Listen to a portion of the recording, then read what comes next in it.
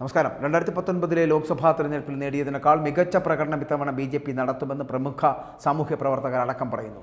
330 മുതൽ 350 വരെ സീറ്റുകൾ ലഭിച്ചേക്കുമെന്നാണ് ഭല്ല എന്ന് പറയപ്പെടുന്ന സാമൂഹ്യ പ്രവർത്തകൻ അവകാശപ്പെടുന്നത്. തമിഴ്നാട്ടിൽ ഉൾപ്പെടെ BJP നേട്ടമുണ്ടാക്കുമെന്ന് തന്നെയാണ് അദ്ദേഹത്തിൻ്റെ അഭിപ്രായം.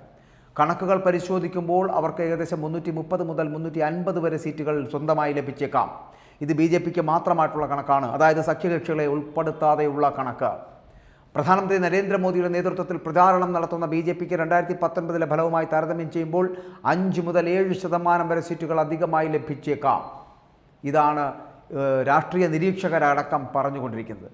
പ്രതിപക്ഷത്തെ പ്രധാന പാർട്ടിയായിട്ടുള്ള കോൺഗ്രസിന് ഇത്തവണയും വലിയ മുന്നേറ്റം സൃഷ്ടിക്കുവാൻ സാധിക്കില്ല എന്നുള്ള കാര്യത്തിൽ സംശയമില്ല എന്ന് സുർജിത് ഭല്ല പറയുന്നുണ്ട്. പാർട്ടിക്ക് 44 സീറ്റുകൾ മാത്രമായിരിക്കും ലഭിക്കുക, അല്ലെങ്കിൽ 2014 തിരഞ്ഞെടുപ്പിൽ നേടിയതിനേക്കാൾ 2% കുറവ് സീറ്റായിരിക്കും കോൺഗ്രസിന് നേടാൻ സാധിക്കുക എന്നുകൂടി സാമ്പത്തിക വിദഗ്ധരടക്കം, സാമൂഹ്യ പ്രവർത്തകരടക്കം, രാഷ്ട്രീയ നിരീക്ഷകരടക്കം പറയുകയാണ്. പ്രതിപക്ഷ സഖ്യത്തിലെ പ്രശ്നം നേതൃത്വമാണ് എന്നുള്ള കാര്യത്തിൽ സംശയമില്ല. സാമ്പത്തികമാണ് ഏറ്റവും പ്രധാനം, നേതൃത്വമാണ് രണ്ടാമത്തേത്. ഇവിടെ രണ്ടും BJPക്ക് അനുകൂല ഘടകങ്ങളാണ്. പ്രതിപക്ഷം ജനശ്രദ്ധ നേടുന്നതോ അല്ലെങ്കിൽ അതിൻ്റെ സമീപത്തോ എത്തുന്നതോ ആയിട്ടുള്ള ഒരു നേതാവിനെ തിരഞ്ഞെടുത്തിരുന്നുവെങ്കിൽ മികച്ച മത്സരം കാഴ്ചവെക്കുവാൻ സാധിക്കുമായിരുന്നു എന്നുള്ള കാര്യത്തിൽ സംശയമില്ല എന്ന് പലരും പറയുന്നുണ്ട്. പരമ്പരാഗതമായിട്ട് BJP ദുർബലമായിട്ടുള്ള തമിഴ്നാട്ടിലും കേരളത്തിലുമടക്കം BJP ഇത്തവണ സീറ്റുകൾ നേടുമെന്നുള്ള കാര്യവും പ്രവചിക്കുന്നുണ്ട്. എല്ലായിടത്തും തമിഴ്നാട്ടിൽ BJP 5-ൽ കൂടുതൽ സീറ്റുകൾ നേടിയാൽ അതിൽ അത്ഭുതപ്പെടാനില്ല എന്ന് പറയുകയാണ്. കേരളത്തിൽ 1-2 സീറ്റുകൾ നേടിയേക്കാം.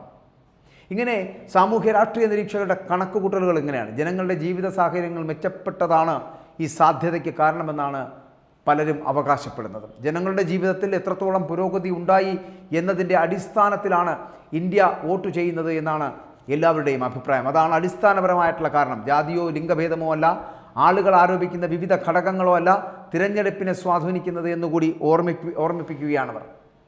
സമ്പദ് വ്യവസ്ഥയാണ് തിരഞ്ഞെടുപ്പിൽ പലപ്പോഴും സ്വാധീനിക്കപ്പെടുന്ന ഒരു ഘടകമെന്ന് പറയപ്പെടുന്നത്.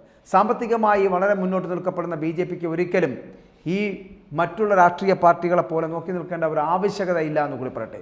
അതുകൊണ്ട് തന്നെ 2019 ലോക്സഭാ തെരഞ്ഞെടുപ്പിൽ നേടിയതിനേക്കാൾ വലിയ ഭൂരിപക്ഷം BJPക്ക് നേടിയെടുക്കാൻ കഴിയുന്ന ഒരു തെരഞ്ഞെടുപ്പാണ് 2024 എന്ന് പറയാതിരിക്കാൻ കഴിയില്ല എന്ന് സാമൂഹ്യ സാംസ്കാരിക രാഷ്ട്രീയ നിരീക്ഷകരടക്കം, ഇന്ത്യയിലെ ബഹുമുഖ പ്രതിഭകളടക്കം ഇതിനോട് യോജിപ്പ് പ്രകടിപ്പിക്കുകയാണ്. BJPക്ക് മാത്രമായി 330-350 സീറ്റുകൾ ലഭിച്ചേക്കാമെന്ന് പറയപ്പെടുന്നു. വലിയ പ്രതീക്ഷയിൽ തന്നെയാണ് BJP.